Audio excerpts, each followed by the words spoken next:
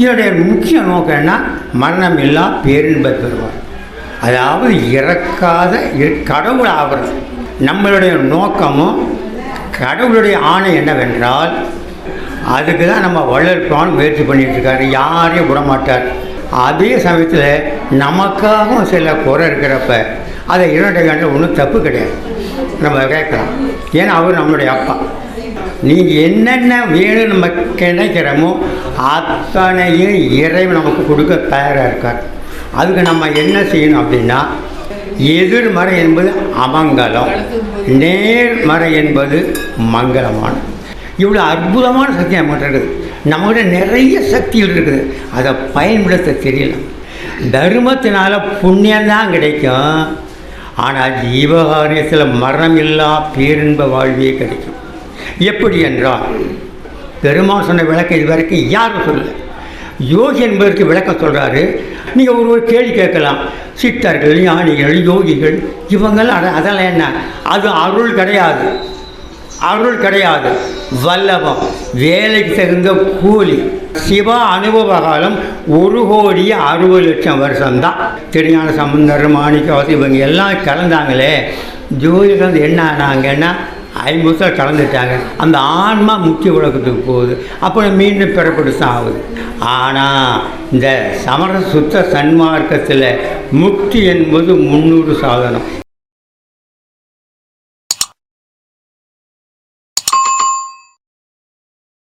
அருட்பெரும் ஜோதி அருட்பெரும் ஜோதி தனி பெரும் கருணை அருட்பெரும் ஜோதி கொல்லா குருநெறி குவலயம் எல்லாம் ஓங்குக.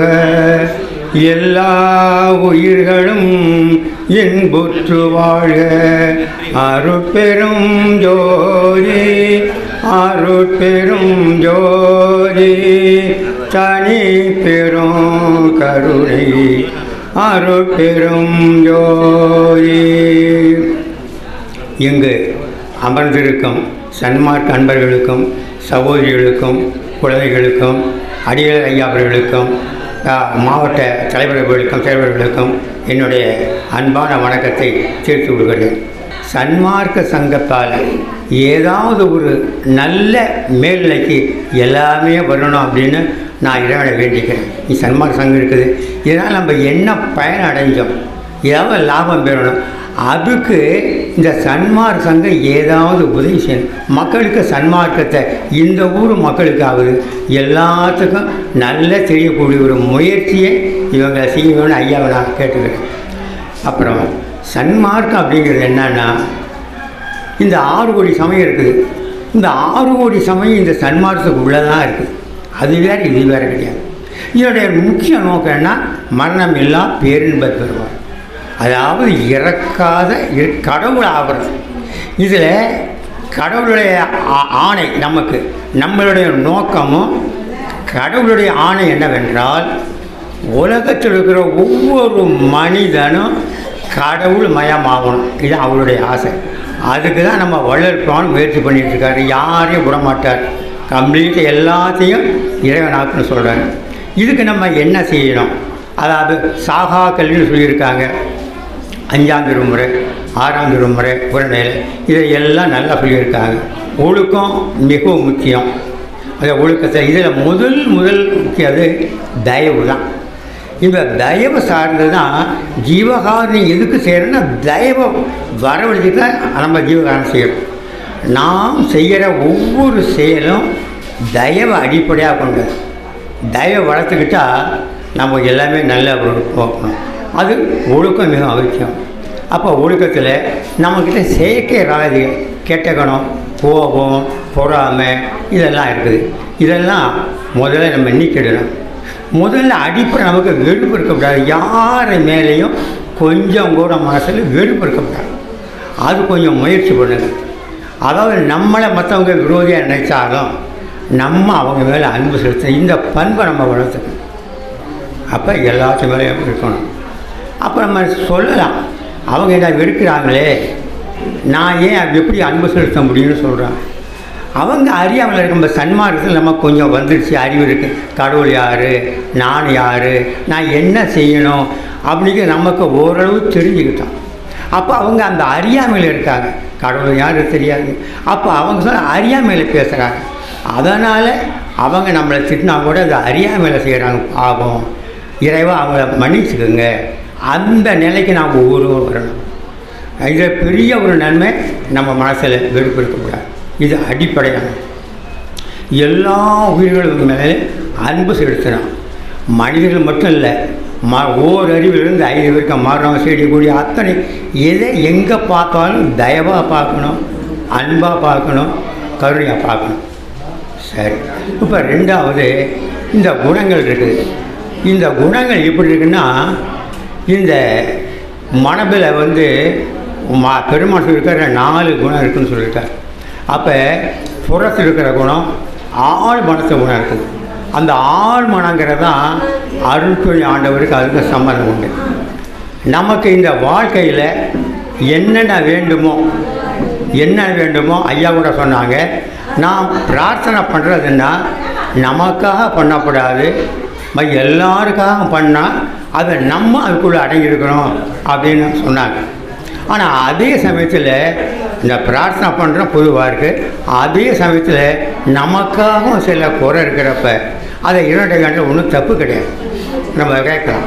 ஏன்னா அவர் நம்மளுடைய அப்பா. இப்போ இதில் நம்ம எல்லோரும் யாராருக்கு இது சுயநலம்னாலும் யாராருக்கு என்னென்ன வேணுமோ விருப்பம் நினைக்கிறாங்க, இது எனக்கு வேணும் அது எனக்கு, அதுக்கு ஒரு சுலபமான வழி என்ன செய்யறீங்கன்னா எல்லாம் கிடைக்கும். நீங்கள் என்னென்ன வேணும் நம்ம கிடைக்கிறோமோ அத்தனையும் இறைவன் நமக்கு கொடுக்க தயாராக இருக்கார். அதுக்கு நம்ம என்ன செய்யணும் அப்படின்னா, புறமணம் இருக்குது. இப்போ வேடிக்கை நம்ம அதான் எண்ணம் போல வாழ்வு.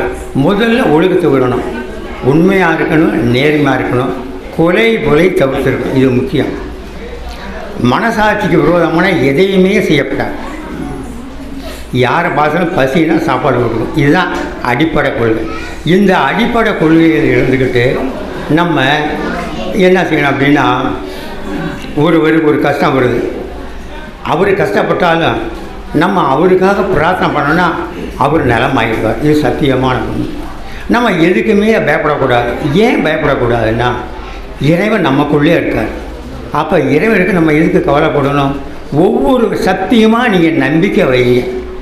அருட்பெருஞ்சோதி ஆண்டவர் மட்டுமே தான் உண்மையான கடவுள், அவரை தான் வழிபடுவேன், அவர் தான் என்னுடைய தாய் தந்தை எல்லாமே அவர் தான். அந்த உண்மைக்கு நீங்கள் வந்துடணும். அதுதான் சத்தியமான உண்மை. அதுக்கு முதல்ல வரணும். ஆற்றுல ஒரு கால் சேத்துல ஒரு கால் இருக்கப்படும். இதை நல்லா கவனம் வச்சுக்கணும். அப்பா நம்ம கை கொடுப்பார். அப்போ என்ன செய்றீங்கன்னா, இப்போ அப்பா அம்மா எந்த வேலையை செஞ்சாலும் பெருமாள் நினச்சிக்கிட்டு செய்ய ஆரம்பிங்க. அப்போ நல்லா நடக்கும். இது நமக்கு ஒரு ஆசை இருக்குது. இப்போ என்ன செய்றீங்கன்னா, காலையில் எழுந்த உடனே இந்த 2 நேரம் இருக்குது. எந்த 2 நேரம்னா, அந்த புற மனது உள் மனதுக்கு அந்த செய்தியை கொண்டு போகும். அது எந்த நேரம்னா, காலையில், அதாவது அமுத காலம் வர்றது, காலையில், சாயங்காலம், இரவு தூங்க போகிறப்ப நமக்கு என்ன வேணுமோ அதை இறைவன்கிட்ட சொல்லுங்கள். இது மாதிரி இருக்குதுயா, நான் ஆகிட்டேன். என்றைக்கு தயவு செய்து எதிர்மறையில் பேசவே கூடாது. எதிர்மறை என்பது அமங்கலம், நேர்மறை என்பது மங்களமான. இது முடியாது, அது முடியாது. சத்தியம் விளையாட்டுக்கு கூட எதிர்மறையில் பேசாதீங்க. இதில் என்ன பெரிய நஷ்டம் ஏற்படுதுன்னா, நான் விளையாட்டுக்கு தானே சொன்னேன்னு சொல்கிறப்ப இந்த புறமனது அது ஒன்றும் எடுத்துக்காது, வேடிக்கை நினச்சிக்குது.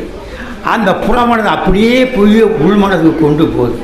உள்மனது என்ன ஆழ்மனது என்ன செய்யுதுன்னா, அதை அப்படியே செயல்படுத்துது. இது உண்மை செயல்படுத்துது. அப்போ இது வேடிக்கை தான் பொய்ங்கிறது. இது வேடிக்கையாக நினைக்கிறது புறமனது, ஆனால் உண்மையை செயல்படுத்து. அப்போ நம்ம என்ன ஒரு தவறான சொல்லமோ அது நடக்க ஆரம்பிச்சிடும். இது ரொம்ப கேர்ஃபுல்லாக இருங்க. எந்த சூழ்நிலையும் யாரையுமே குறை சொல்லக்கூடாது, யாரு மேலேயும் விருப்பப்படக்கூடாது. எந்த விதமான நம்ம கிணங்குணங்களை எதிர்மறையில் முடியாது, செய்ய முடியாது சொல்லி முடியும், செய்வேன்.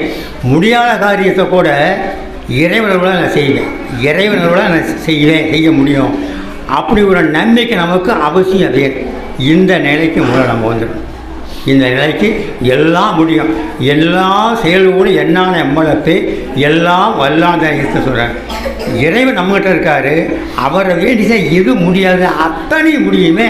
அந்த நம்பிக்கை வரணுமே. அது சத்தியமான உண்மை. அதை நினைவு நம்ம வேற சொல்லிட்டு போடுறோம். அதை அனுபவத்தில் கொண்டாடணும். அதை சொல்லி எல்லாம் இறைவன் செயலில் எல்லாம் என்னால் முடியும் அப்படின்னு சொல்கிறோம். இப்போ ஒரு பொறாமை எடுத்துக்கிறோம். முதல்ல பொறாமை நம்ம மற்றவங்களுக்கு பொறாமப்படுறோம். அதனால் என்ன நன்மைனா நம்ம கீழ்நிலைக்கு போடுறோம். அந்த பொறாமை எப்படி மாற்றணுன்னா, இப்போ நான் இருக்கேன், நான் குடிசை வீட்டில் இருக்கேன், என்னோட குடிசை வீட்டில் இருக்கேன். பக்கத்து வீட்டுக்காரர் மச்சு வீட்டார், வசதியாக இருக்கார். நான் என்ன செய்யணுன்னா, அவர் என்ன மகிழ்ச்சி அடைகிறாரோ அந்த மகிழ்ச்சியை நான் அடைய. இது ஏன் வீடு, அவர் நல்லா இருக்கார், அந்த மனப்பான்மை எனக்கு வரணும். பக்கத்தில் யார் எந்த உயிரிழைக்கு போனாலும் அது நான் போயிருக்கேன் அப்படின்னு அவங்களுக்கு சந்தோஷப்பட்டு அந்த மகிழ்ச்சி, அவங்க என்ன மகிழ்ச்சி அடைகிறாங்களோ அந்த மகிழ்ச்சியை நாம் அடைகிறதுக்கு முயற்சி பண்ணணும். சத்தியமாக இதை நீங்கள் செஞ்சு பாருங்கள். அவங்க யாரோட எந்த பெரிய நிலைக்கு போனாலும் அவங்கள பார்த்து சந்தோஷப்பட்டு பாராட்டி அதை நிகழ்வை அவங்க என்ன மகிழ்ச்சியை அனுபவிக்கிறாங்களோ அதை நான் அனுபவிக்கிற மாதிரி ஒரு கற்பனை பண்ணிங்கன்னா நிஜமாக நீங்கள் அந்த உயிரிழைக்கு போயிடுவீங்க. இது தட்டு, கண்டிப்பாக உயிரிழைக்கு போவீங்க.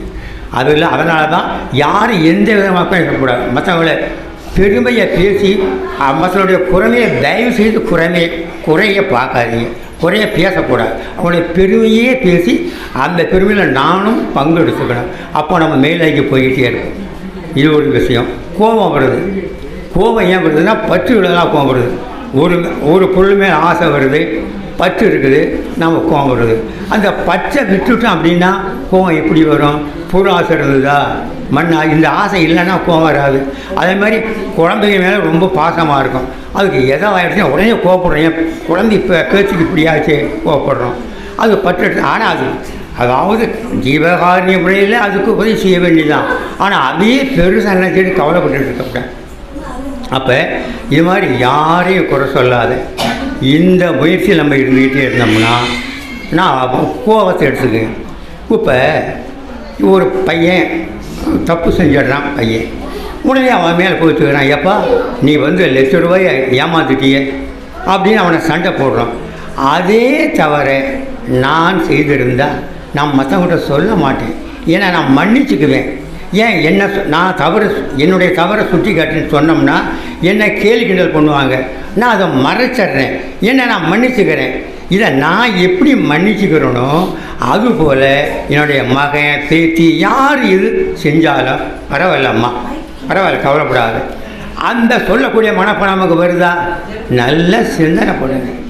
மகன் செஞ்சால் சட்டை போடுறோம், மருமக செஞ்சால், பிள்ளைக்கு செஞ்சால், அப்பா செஞ்சால், அம்மா செஞ்சால், அவங்கள சண்டை போடுற நான் தப்பு செஞ்சுட்டு நான் பாரிட்டி சொல்ல மாட்டேங்கிறேன்.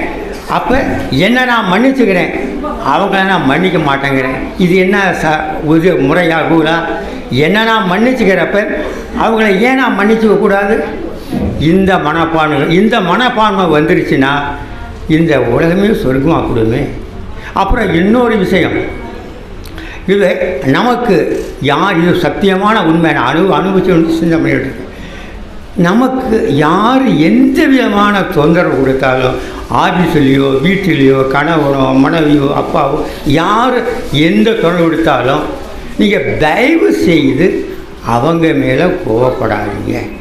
அவங்க உண்மை இது, அவங்க காரணமே இது, பெரிய உண்மை. அவங்க மேலே காரணமே கிடையாது. அவங்கள கோச்சிக்கவே கூடாது. ஏன் என்றால் நான் போன ஜென்மத்தில் செய்த வினைப்பெண் என்னவோ அது அவங்க மூலமாக எனக்கு வருது. கடவுள் டைரெக்டாக கொடுக்க மாட்டார். மனைவி மூலம் வரலாம், அப்பா மூலம் வரலாம், நண்பர் மூலம் வரலாம். உடனே அவங்க மேலே கோச்சிக்கக்கூடாது. என் வீட்டில் டார்ச்சர் பண்ணிகிட்டு இருக்கேன், அந்த பார்ட்டியை தயவுசு சொல்லாதீங்க. டார்ச்சர் கொடுக்குறான்னு அதுக்கு அவங்க யாருமே காரணம் கிடையாது, நான் தான் காரணம். நான் செய்த வினைப்பெண் அவங்க மூலமாக எனக்கு வருது. அப்போ நாங்கள் அவன் மேலே கோச்சிக்கலாமா? சிந்தனை பண்ணுங்கள். கோச்சிக்கோ. இந்த உண்மையை புரிஞ்சுக்கிட்டா இந்த ஒரு உண்மையை உலகத்துக்கு கொண்டு போய்ட்டு நீங்கள் போர் எதுவுமே நடக்காது. எப்படி நடக்கும்? இது சன்மார்க்க நம்முடைய சன்மார்க்க அன்பர்கள் நிறைய முயற்சி பண்ணணும். என்ன முயற்சி பண்ணால் இந்த சன்மார்க்கத்தை நம்ம ஊர்களில் கொண்டு போகிறோமா, முதல்ல நம்ம வீட்டில் சொல்லி கொடுக்குறோமா, நம்ம ஊரில் சொல்கிறோமா, மக்களுக்கு கொண்டு போகிறோமா, இதுக்கு நம்மளால் என்ன முயற்சி செய்கிறோம்? பெருமாள் சொல்லியிருக்காரு, எல்லாத்தையும் நம்மளும் ஆக்குங்க. எப்படியாவது சொல்லியிருக்காரு, தன்னன்று சொல்லுவேன், அன்பாக சொல்லுவேன், பொழுது சொல்லு, இப்படியா பல வழியை சொல்லிவிட்டு இதில் ஏதாவது நீங்கள் செய்யுங்கன்னு நம்ம என்ன செய்கிறோம்? அப்போ ஒரு கேள்வி கேட்கலாம், அவங்க திட்டிக்கிட்டே இருக்கோம், நான் ஏன் கேட்டுக்கிட்டு இருக்கணும்? இதில் ஒரு பெரிய உண்மையே இருக்குது. அவங்க யார் என்ன திட்டினாலும் நம்ம கேட்டுக்கிட்டே இருக்கனால நம்ம மழுங்கலாயிடுறோம். யார் இது மாதிரி யார் திட்டத்தை பொறுத்துட்டு கேட்டுட்டு இருக்காங்களோ அங்கே அருள் இறைவன் செயல்படுறாரு. அருள் அங்கே செயல்படும். அருள் எங்கே செயல்படும்னா வெறுப்பு, விருப்பு, கோபம், பதட்டம் இதெல்லாம் தவிர்த்துடணும். அப்படி இருந்தால் அருள் நம்மகிட்ட செயல்படும். இது பெரிய லாபம் இல்லையா? இறைவனுடைய அருளை பெற வேண்டுமானால் தயவு செய்து நம்ம சன்மார்க்க நண்பர்களுக்கு வெறுப்பு இருக்கக்கூடாது. விருப்பம்னா யார்கிட்டையும் பேச மாட்டேன், அவங்க இப்படி தயவு செய்து குறைய சொல்லாது, அவங்களை பெருமையை சொல்லுங்கள். நம்மளை அவங்க வெறுத்தா கூட நம்ம வெறுக்கக்கூடாது. அவங்க தெரியாத நம்ம இருக்கிறாங்க, அவங்க நல்ல புத்தியை கொடு அப்படின்னு வேண்டிக்கிற நிலைக்கு நம்ம வந்துட்டோமா? இதெல்லாம் செஞ்சால் தான் நம்ம சன்மார்க்கம். எப்பவுமே மனதை இறை சிந்தனையிலேயே வச்சுக்கிட்டு இருக்கணும். அதுக்கு என்ன வழினா மகாமந்திர சொல்கிறீங்க. பெருமான் சொல்லியிருக்கார், கடன் வாங்கி ஜீவகாரியம் பண்ண வேணாம் சொல்லியிருக்கார். தன்னுடைய தரத்துக்கு என்ன முடியுமோ அதை நீங்கள் செய்யுங்க. மனதால் செய்யலாம், பொருளால் செய்யலாம், உடலால் செய்யலாம்.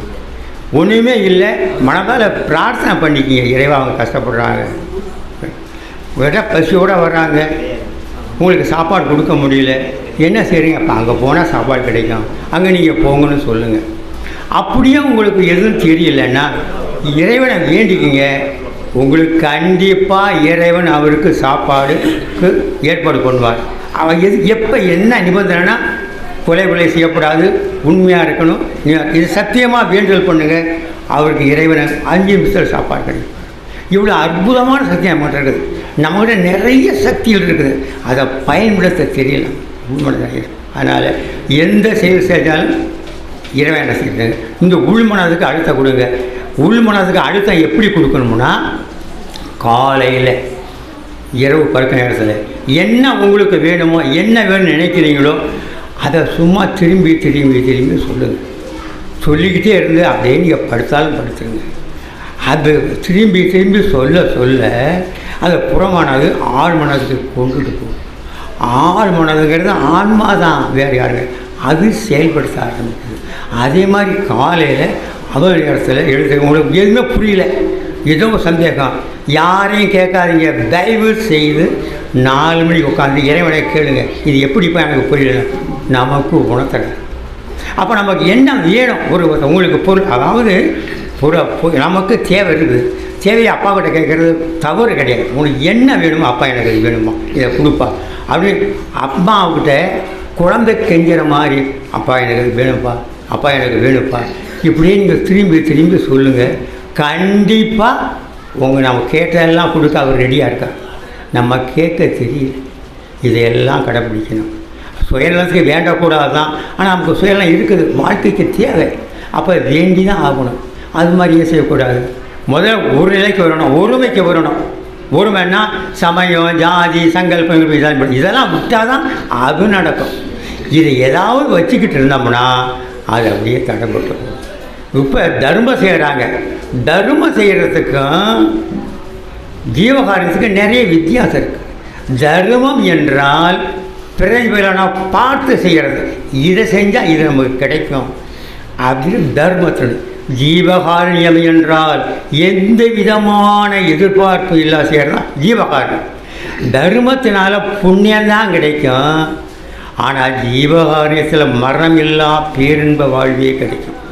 எப்படி என்றால், இப்போ ஒரு பசியோடு வராது, 3 நேரம் சாப்பிடல, ஒரு முகம் சோர்ந்துருக்கு. அப்போ நம்ம பார்க்குறோம், ஐயோ இப்படி முகம் சோர்ந்துருக்குதே, நம்ம என்ன செய்வோம்? உடனே ஐயா நீங்கள் சாப்பிட்டீங்கன்னு கேட்போம், இல்லைன்னு சொல்லுவாங்க. முகம் சோர்ந்து பேச முடியாது. உடனே நம்ம என்ன செய்வோம்? அவங்களுக்கு ஏதாவது சாப்பாடு கொடுக்க துடிப்பு நம்ம வந்துடும்.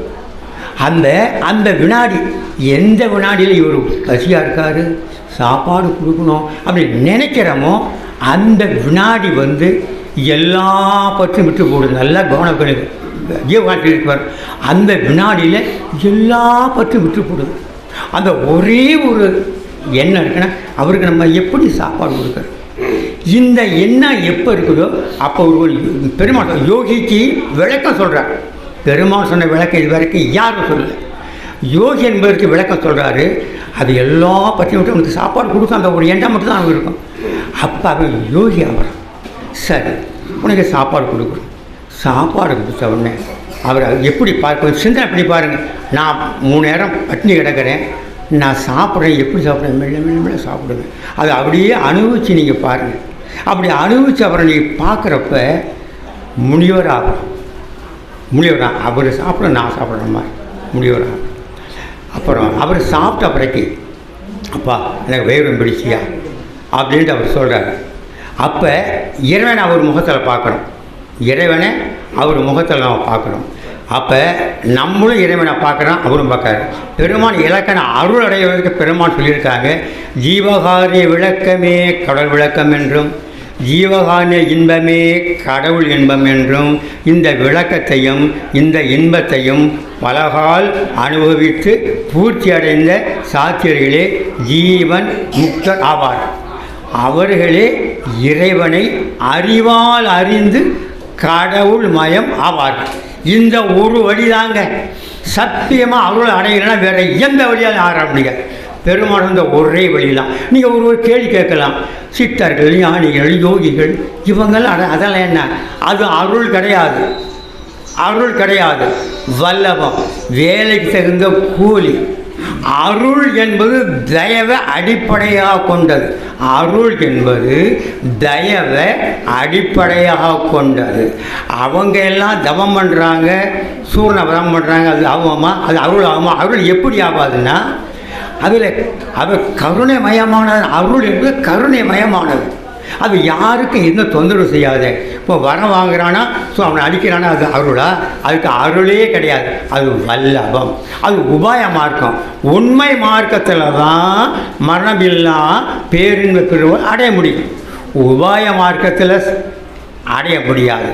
இது சொல்லலாம், மரணமில்லா பேரின்ப பெருவாள்ங்கிறது உண்மை மார்க்கம்தான். உபாய மார்க்கத்தில் இப்போ திருமலர் 3000 வருஷம் இருந்தாங்க, கோடிக்கணக்காக இருக்காங்க. சிவா அனுபவ காலம் 1,60,00,000 வருஷம்தான். அது வரைக்கும் தான் அவங்க இதெல்லாம் நடக்கும், அதுக்கு மேலே நடைபெறாது. அது டெம்பரவரி தான். அது மரணமில்லா வாழ்வுன்னு சொல்கிறோம். இந்த சன்மாற்றத்தோடு தான் மரணம் பேரின்ப பெறுவாள். எப்பவுமே இன்பம் இறைவன் மாதிரியே நம்ம இருக்கலாம். அது ஒரு குறிப்பிட்ட காலம் தான். அது சுயநலத்தில் சேர்ந்து இது நம்ம போயினாலும் எல்லாம் நல்லாயிருக்கும். இது நல்லா தெரிஞ்சுக்கணும். இந்த முக்திங்கிறது ஒரே ஒரு வழி சொல்லிடுறேன். அவங்க அடையிற முக்தி மீண்டும் பிறப்பை எடுத்தாங்க. தெரியான சம்பந்தர் மாணிக்கவாசி இவங்க எல்லாம் கலந்தாங்களே, ஜோதியில் வந்து என்ன ஆனாங்கன்னா 50 வருஷம் கலந்துட்டாங்க. அந்த ஆன்மா முக்கிய உலகத்துக்கு போகுது, அப்புறம் மீண்டும் பிறப்பெடுத்து தான் ஆகுது. ஆனால் இந்த சமர சுத்த சன்மார்க்கத்தில் முக்தி என்பது 300 சாதனம். இதுதான் அடிப்படை. சித்திக்கு அடிப்படை முக்தி தான். இதுக்கப்புறம் அதாவது சன்மார்க்கத்தில் ஒருத்தர் முக்தி அடைந்துட்டா அவங்க அதிலே பாதி வெள்ளம், அப்பயே பெரிய வெள்ளம் கிடைக்குது. அதில் அதையே அதில் பயிற்சியை தயவாக இருந்து தயவை பிரிப்பு சித்திலைக்கு போகலாம். இப்போ அதுக்கும் மலைக்கும் மடுக்குள்ள சம்பந்தம். சன்மார்க்கத்தினுடைய முக்திக்கும் சமயத்தில் முக்திக்கும் மலைக்கும் மடுக்குள்ள சம்பந்தம். நல்லா புரிஞ்சுக்கணும், வளரார் யார் நல்லா புரிஞ்சுக்கிட்டு அவர் யார், என்ன செய்கிறார், நம்ம ஏன் பிறந்தார், அவர் என்ன நமக்காக பாடுபடுறார், இந்த உணவுலாம் நமக்கு வேணும். இந்த உணவெல்லாம் வந்துக்கிட்டு இந்த முயற்சியில் ஈடுபட்டு இந்த முயற்சியில் இருந்து மேன்மடையணும் அப்படின்னு கேட்டுக்கொண்டு என்னுடைய சிற்றுரை முடித்து கொள்கிறேன்.